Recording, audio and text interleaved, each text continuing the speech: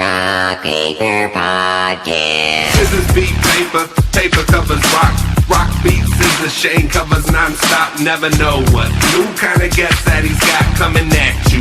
Live and direct on the spot. Could be rock, folk, country, or hip-hop, jazz. All kind of folks that he has. Could be an artist or a comedian to make you laugh on the Rock Paper Podcast. double-decker fudge round, rolling round town. Shane coming at you live and direct from ground zero. He's your hero, he's your bestie. Rock Paper Podcast with Shane Presley.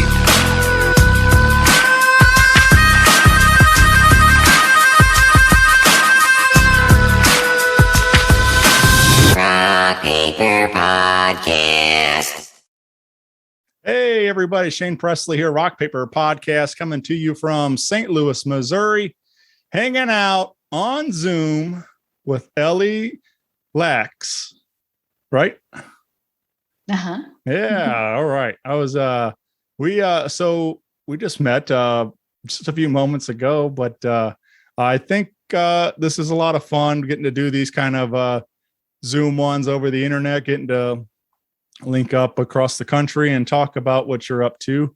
Obviously, you are what's your official title with Gentle Barn? What is I'm the founder of the Gentle Barn. Founder? Okay. I didn't know if it was slash CEO or slash, or with the or different Slash everything. Yeah, right. Yeah, I know you wear many hats, so Yeah.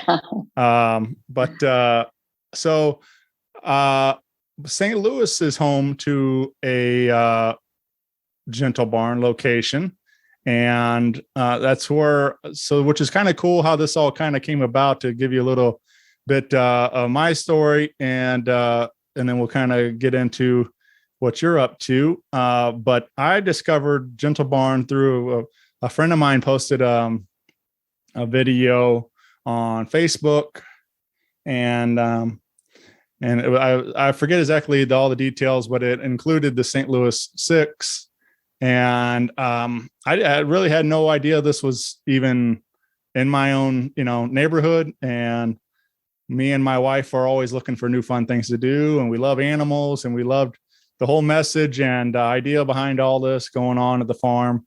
And so we went out there just recently and took it all in for the day.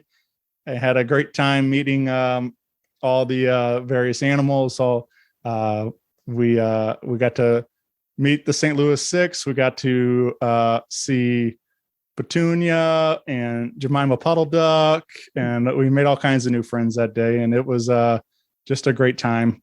And so when this opportunity came about to speak to you, I was really excited to learn a little bit more about Gentle Barn. So I know I read on that I guess this kind of started as you always been a lover of animals, but I guess in 1999 this really started becoming a Gentle Barn became a thing.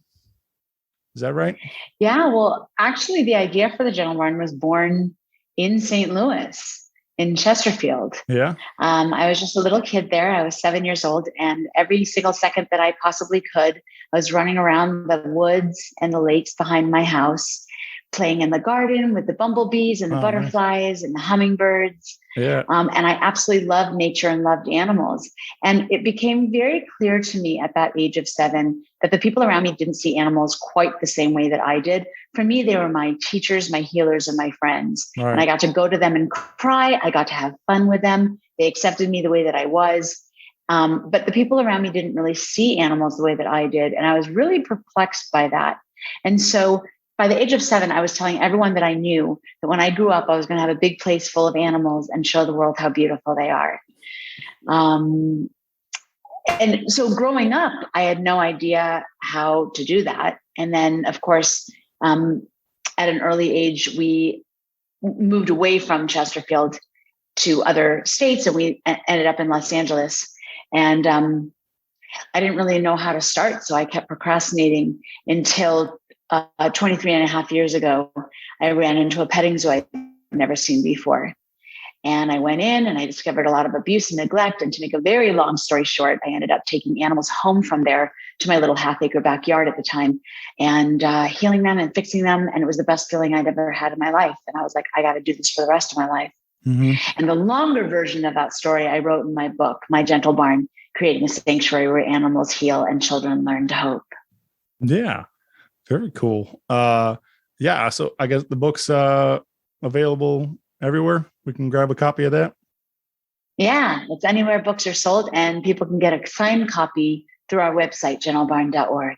Okay, I'll have to do that. I'd love to learn a little bit more. But yeah, I mean, I so much of what you just said, I relate to. I haven't quite gone to developing a barn yet, but at my house, we often wish we had a lot more space to take in all kinds of other critters. But we have 2 rescue dogs. We have adopted a bearded dragon and a ball python. Mm-hmm. So we have a few different critters and 2 fish. So we have our fun with our all of our friends. And but yeah, someday I, just like you were saying as a young child, that you often fantasized about this, being able, having this space to be able to do, to welcome in all these animals and give them a home and a safe space. And I hope to get there myself someday, just to open my home to all the sorts of those in need. Nice. Yeah. So I think the story of the St. Louis Six was very interesting when I heard about that. And I guess, was that part of with the developing the location here in St. Louis, or was that already in motion before the cows? No, St. Louis. It's funny because, I grew up in St. Louis, and that's where the Gentle Barn, the idea for it was conceived. And so you would think that would be on my radar, but actually it was the furthest thing from my mind. And then all of a sudden we're watching on the news, these cows escaping a slaughterhouse and running for their lives through the streets. And eventually at the end of the day, they got them rounded up and sent back to the slaughterhouse. And people in the community was like, they have to live. They want to live. And a small part of the community raised their freedom money through a GoFundMe and convinced the owner of the slaughterhouse to release them to a sanctuary. And we're watching this in California and we're thinking like, oh, this is going to be fine. And then 4 days later, none of the Midwest or East Coast sanctuaries stepped up. And the owner got tired of waiting and he said, that's it. I'm going to process them in the morning. And our phone started ringing, especially with Kelly and David Backus. David Backus used to be a St. Louis hockey player and very connected to the community. And they started calling us and saying, like, you've got to help these cows. Please don't let them die for nothing. And so co-founder of the Gentle Barn, Jay, flew through the night and got there in the morning in time to stop their slaughter, got them out using the community's freedom money that they had raised, brought them to the hospital to be treated, and then to a foster home right across the street from the hospital to be kept till we figured out what to do with them next. And to make a long story short, I ended up going and meeting them and realizing they had a big story to share with the world and we had to help them. And so we found a property, opened our own GoFundMe, raised the money, and here we are. We have a Gentle Barn in St. Louis for the St. Louis Six and many, many other animals that came afterwards. Yeah. Yeah. There was, so I only know about St. Louis Gentle Barn so far. So when I went there and I got to experience it all firsthand, I liked that one. There was a lot of very hands-on. We could meet the St. Louis Six and pet them, and we learned their story. There was a video playing sharing a lot of the information you talked about, and so it was, I enjoyed that it was informal and very hands-on, and I think it was great for young kids, especially, to come out there. I know there was like field trips and various things happening every day. So I think it's a beautiful thing to inform the youth that what's going on, and plus learn about farm life, especially in a city like St. Louis. So Yeah, really I neat. think so many people love animals. And of course, growing up in more rural places, we're used to seeing like, cows in a field or horses in a field.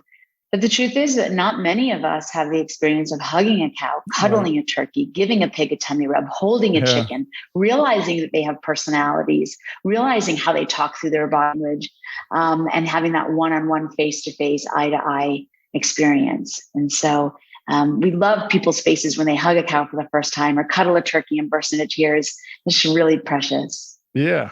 Yeah. And I know there's I met Petunia, like I said, and so there's a couple pigs. There's a goat. There's a lot of various animals out there, and they were all. Obviously,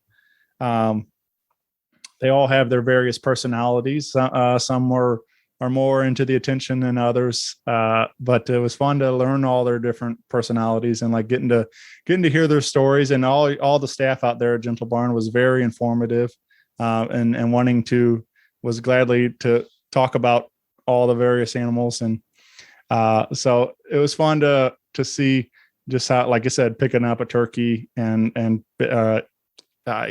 something I never really experienced ever before that. So getting to see the kids getting to experience that is pretty wild. Something different, completely different. And like I said, hugging a cow. I mean, how often do you get to do that? Something like that. So, so you offer, that's one of the services, I guess, kind of thing. It's that you have cow therapy, right? There's if people can come out and snuggle up with the cows. The Gentle Barn is a national organization located in Los Angeles, California, Nashville, Tennessee, and of course, St. Louis, Missouri. We are home to horses, cows, pigs, sheep, goats, chickens, turkeys, peacocks, llamas, emus. And we are open to the public on Sundays where people can come out and interact with the animals and hear their stories of resilience. And during the week, we host private tours, school field trips, and of course, the infamous cow hug therapy sessions where people can come and it doesn't matter what they're going through. They could be trying to overcome depression, anxiety, suicidal ideations, loneliness, loss, or they could just need a really good mommy hug. And they can come out to our cows at the Gentle Barn. They can hug, feel their warm embrace in return, lower their heart rate, matching with the cows, breathe in and out with the cows, get grounded, centered, meditate quietly with the cows.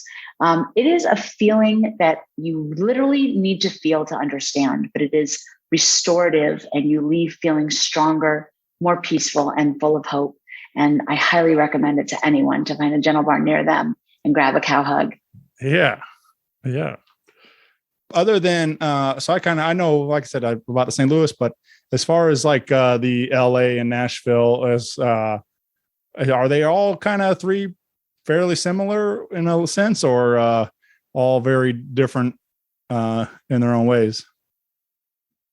Well, in terms of rescuing animals that have nowhere else to go and bringing them in, rehabilitating them, and then when and if they're ready, partnering them to heal people with the same stories of trauma and connect people to the love and magic of animals, that's the same. And our programming is the same, and the types of animals that we take in are the same.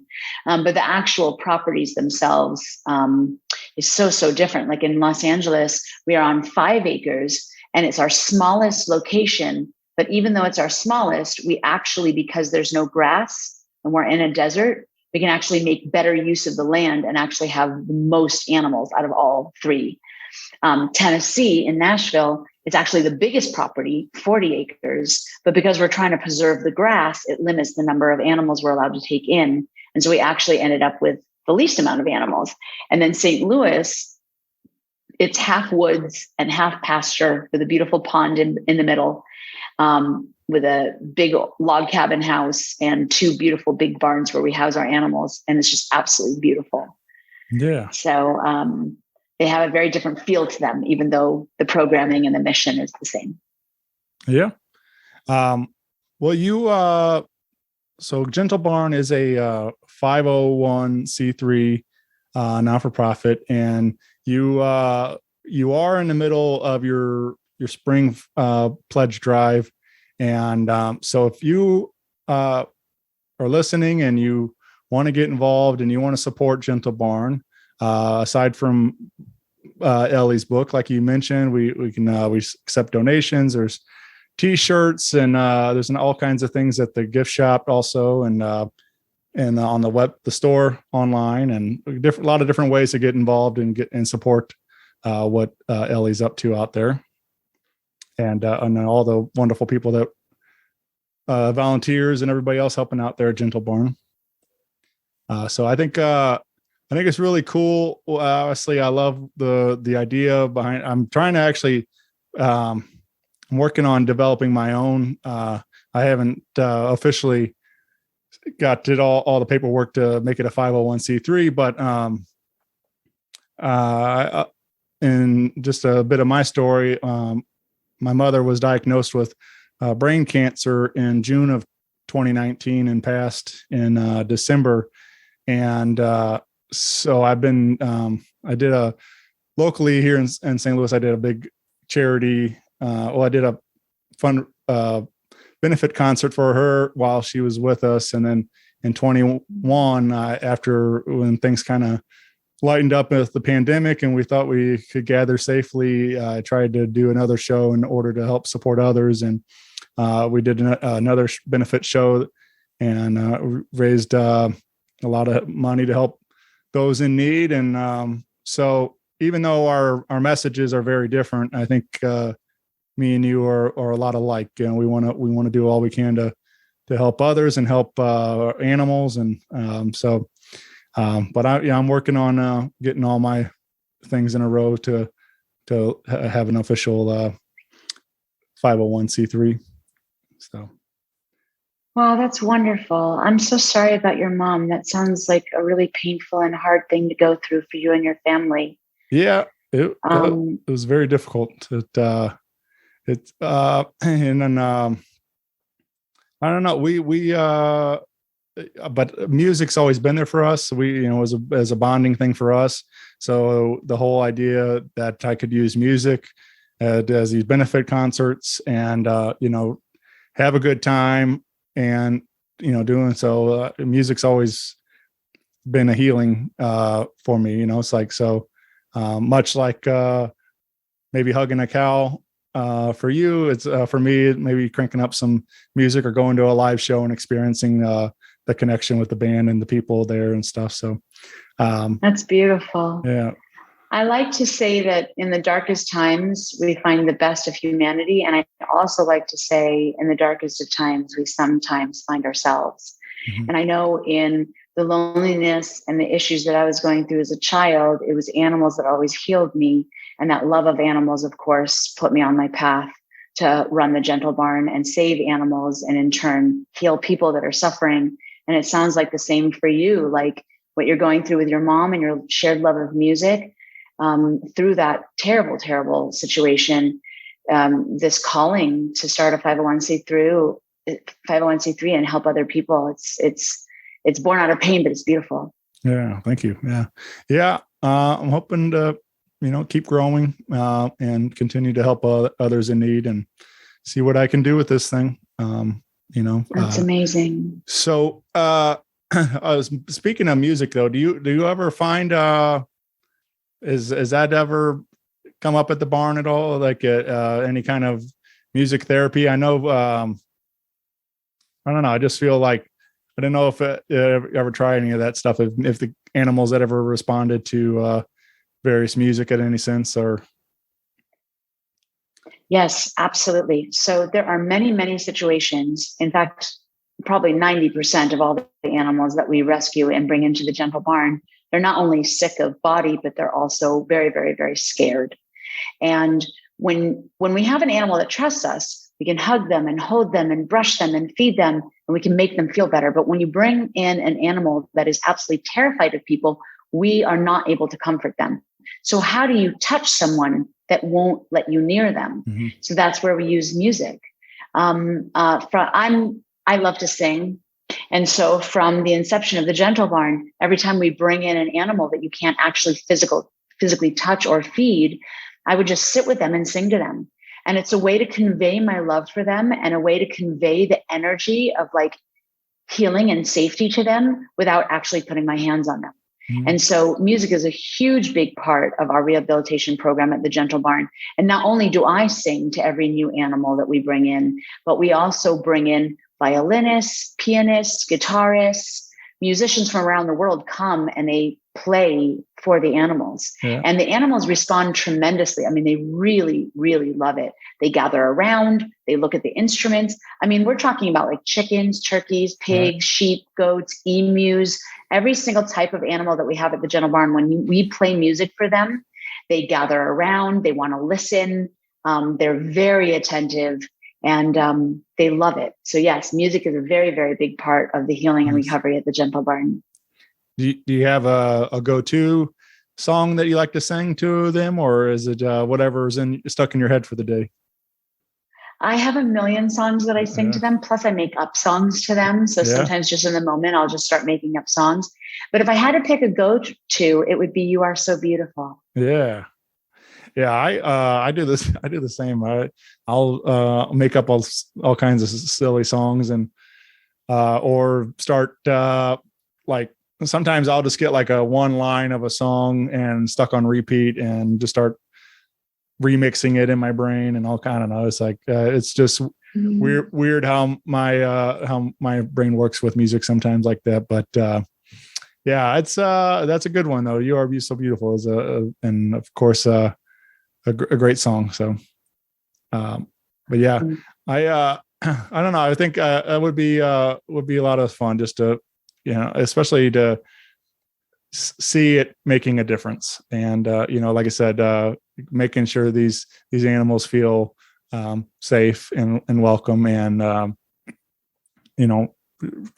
showing them through these songs that you're there to be a friend. Yeah, it's really beautiful. I mean, I remember this one time we rescued named Caesar, and he was abused and neglected and terribly, painfully afraid of people. If you went anywhere near him, he would just brace himself for the blow. And so touching him, feeding him, it gave him absolutely no comfort. And so I just parked myself across the stall from him and I just sang to him every single solitary day, especially "You Are So Beautiful," over and over and over again. And at first he would put his butt to me, like, what is with the crazy stalker? But then eventually he turned around and he would face me and he would just look at me and stare at me and we would lock eyes and we would really look into each other's soul. And eventually with each passing day and with each passing song, he would walk closer and closer and closer to me until one time he just walked all the way over to me, put his head on my chest, let out a huge exhale. And he stood there with his head on my chest for about 3 hours while I sang to him. And that was the beginning of his trust for me. And from then on, I was able to pet him without him fearing me, feed him without him fearing retribution. And he had a beautiful long life with us at the Gentle Barn. Yeah. Do they ever sing along with you? Do you ever get, well, that's not true. The chickens and turkeys will absolutely sing along. Right. We have turkeys that have beautiful voices. And the minute I start singing, they start chirping and squawking and making a beautiful, beautiful harmony. And the other thing that I wanted to tell you is we have a pig named Menorah, not in St. Louis, but in the Los Angeles location. And we rescued her with her tiny babies. And every time she would nurse them, she would sing to them. Yeah. Yeah. And that was the first time that I actually saw an animal like really singing like we do. Like, when my kids were little, I sang to them and she was singing to her babies. So I think music is a universal language. Yeah. It's beautiful. Yeah. I mean, I don't know exactly the quote, but just it's music kind of speaks when the words, aren't there always, so it's like there's some kind of, it's a crazy how much healing powers and the music, the feelings that come with it all. I mean, like you can be moved by just the sounds or the lyrics, and so I don't know, this the music stuff's pretty cool. I agree. So I enjoy that. I enjoy hearing the stories like that. So That's, I don't know, really, really special thing. And it's like I said, her singing to her babies too. That'd be a pretty wild to witness that. Yeah.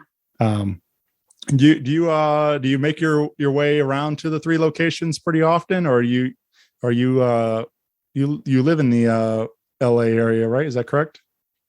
Yeah, we live at the Los Angeles General Barn, Yeah. but we travel to St. Louis and Nashville pretty much every month. Nice. So we're constantly checking in on the animals and improving the properties, training the staff, healing new animals. Yeah. Yeah. Do you have, is there anything in particular when you come back to St. Louis?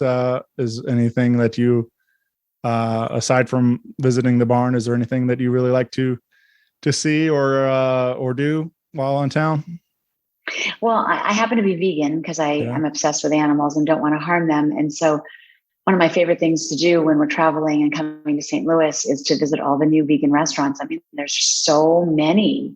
So we make it a point each time to like meet some of our volunteers and some of our staff and like go have a nice big dinner. It's really fun. Yeah.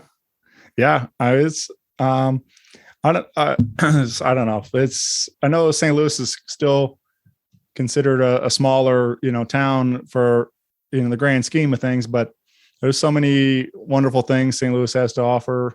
And it's all I know. It's always been home, but I really love it here. And it's fun to see all these new restaurants and various places, like vegan or various things popping up. And of course there's great entertainment all the time. So I'm love that there's so many people that call home, St. Louis home, and doing these great things, including Gentle Barn. I love that we have this here, not too far from downtown, and people can come on out and see what it's all about. Like I said, Sundays are open to the public, and is it gentlebarn.org? Is that correct? Yeah, people can go to gentlebarn.org, make a donation to continue our wonderful work with animals and people. They can book a cow hug therapy session or come on a Sunday. And they can follow us on all social media platforms, including YouTube. Yeah. Is there, obviously, imagine it when the need is right, that you'll be there, but is there any future plans for Gentle Barn to open a 4th location or anything like that that you would like to see? Is there a goal or anything that you would like to do in the near future? So my favorite saying is, how do you make God laugh? You tell him your plans. All right. So, we'll see if I actually get to do this, but if I get to have my plans, I would really like to start a Gentle Barn in New York next.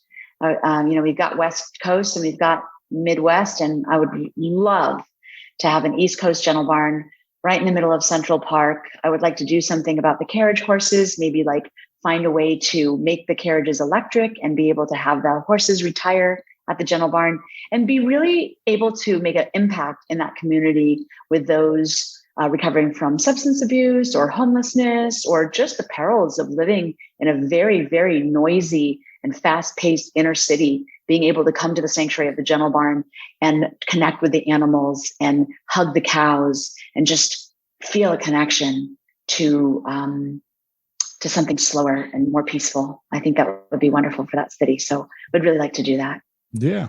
Yeah.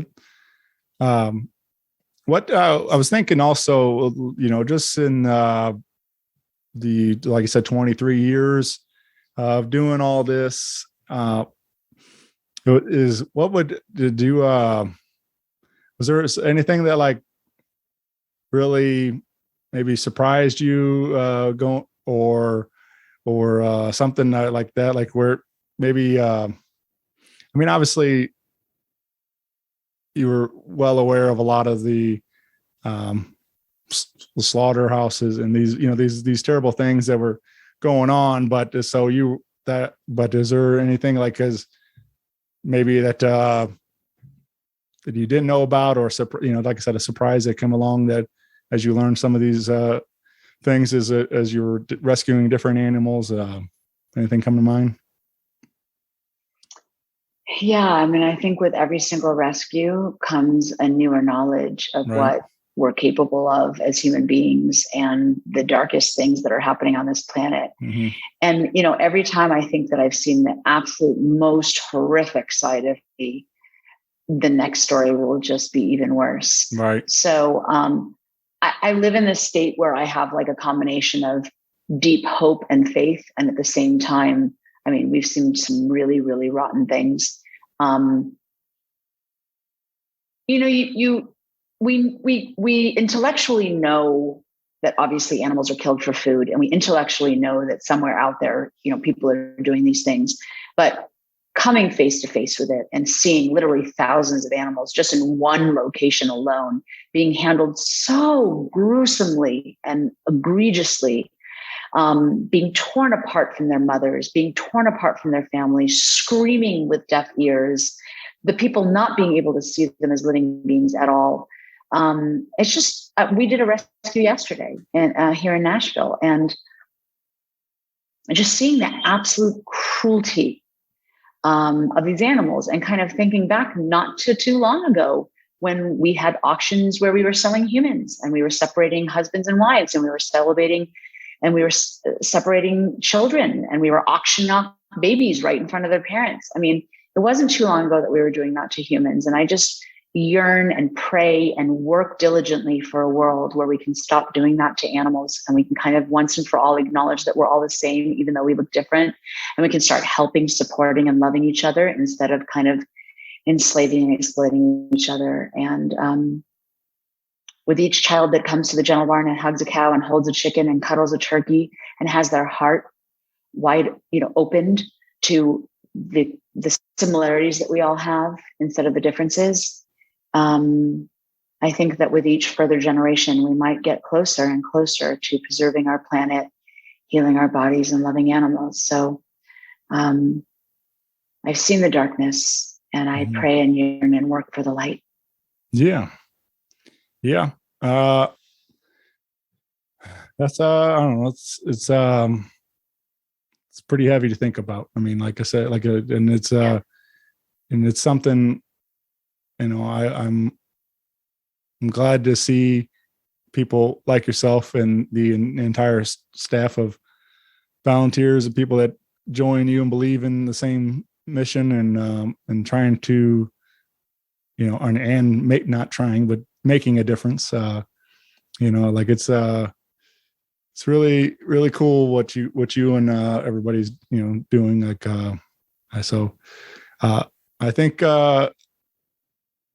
I think everybody should come on out and see Gentle Barn firsthand. Like I said, it was really a special day for me. And as soon as we hung out there most of the afternoon, but as soon as we left, we were like, we can't wait to go back and do it again. So I think we're about due for another visit, and that was also kind of the thing as we, kind of being meeting some people that were also visiting. I learned there's quite a few people that are very regular visitors. Like, they very involved and like to come out several times. So it's not something, you don't have to just once. You can visit whenever on a Sunday and come out and see what it's about. So that was, I thought that was really neat to, like, there was, I don't know how many times, but there was a girl that we were talking to, and she was telling us all kinds of stories and about the animals also. And so it's nice to see people, or a lot of repeat guests. Yeah, we actually offer season passes, so people can, buy an annual season pass, and they can come every single Sunday. And we have people bring their children every Sunday. We have families that come out, and it's a beautiful, beautiful sense of community. Yeah. No matter what our politics, what matter of our religion, no matter like who we are and what we do out in the world, people can come and kind of connect and unite at the Gentle Barn with our common love of animals. And it's just beautiful. Yeah. Well, Ellie, I have a couple of questions I've been having fun asking. And like I said, most of these go. So typically I get to talk to a lot of musicians and comedians and things, but I thought some of these would work pretty well for yourself. I've been one that comes to mind as I've been having so day comes along, we have a maybe a like an Ellie Gentle Barn action figure box set and stuff. What would you like to see with your, like, maybe 3 accessories to go with your action figures? Or what would you maybe anything come to mind? I love that. Well, I would definitely need a bale of hay. Yeah. I would definitely need a halter and a lead rope in case I ever come across some animals that need to be brought to the Gentle Barn. And it would be really cool if I could have a truck and trailer. Yeah. That'd be it. That sounds like a plan. I think we can make that happen. Is there so maybe a lot of times I'll ask bands and stuff, is there like maybe a dream duet or collaboration you would like to see? Is there, but as far as you in your world, is there like I said, you get a lot of various musicians to come out to the barn and play for the animals and things, but is there any maybe or another business or anybody like that maybe you would want to work with or collaborate or anything like that is maybe a possibility? Honestly, well, I was going to say if Prince or Michael Jackson was alive, having them come and sing to the Gentle Barn animals would be amazing. Yeah, for sure. And we've already had Richard Marx come out and play for the animals. We've had Moby come out and play for the animals. So that's pretty cool. Yeah. But honestly, like, I would love to collaborate with Jane Goodall. That'd be so cool. Like, wildlife, primates kind of meets farm animal rescue, but we're both trying to save the planet kind of from different angles. That would be cool. Yeah, for sure. Have you ever met her or anything, or no, not yet. Yeah. Well, maybe after this, maybe she'll hear this, and I would love that. Yeah. All right. Well, you are very much a superhero to me. But if you were a superhero, what do you think might be your name and your superpower? Do you have you ever think about that at all? When you were saying that, when you were a young girl growing up, do you ever think about that at all? When I was a young girl growing up, me and my friends would always play Charlie's Angels. Yeah. And I was always Jasmine. Yeah. But my favorite movie and my favorite character is Wonder Woman. Yeah. I love where she came from. It was a matriarchal society and they were strong warrior women. I love that. And then, of course, she went to the real world and she started fighting evil with her light and with her power and her strength. And in order to have her power and strength, she had to believe in herself, and she had to really know who she was. I love that. Yeah. I mean, that's obviously a message we can all get behind, just like yourself. I think believing in yourself to see this through, and then, from a dream to making it a reality. I mean, this is really inspirational. I think all of us can wish we could do that, have the same goal from as a 7-year-old, or whatever, and then actually seeing it come to life and getting to do that every day. And so I don't know, it's really, really cool story you have. And I'm really glad you were able to share some of it today with us.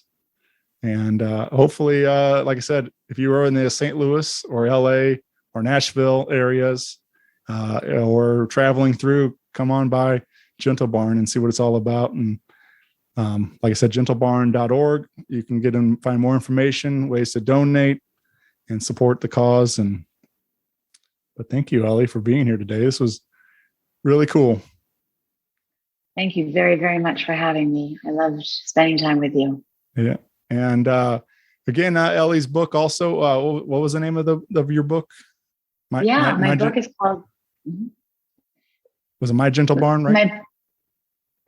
Yeah, my book is called My Gentle Barn, Creating a Sanctuary Where Animals Heal and Children Learn to Hope. It's available on Amazon, Barnes & Noble, anywhere books are sold, and people can get a signed copy at gentlebarn.org. Yeah, very nice. And feel free to get plugged in also on the socials and YouTube. Subscribe to the YouTube channel. But yeah, Ellie, I thank you for doing this. It was really neat to spend some time, and hopefully we can meet in person sometime soon. Maybe one of those times you're in town and visiting the barn. Maybe I'll be able to catch you there or something. But this was really nice getting to hang out. So thanks again for sharing your story, and hope to see you soon. Yeah, hope to see you soon. Thank you so much. Thanks, Ellie. Bye, everyone.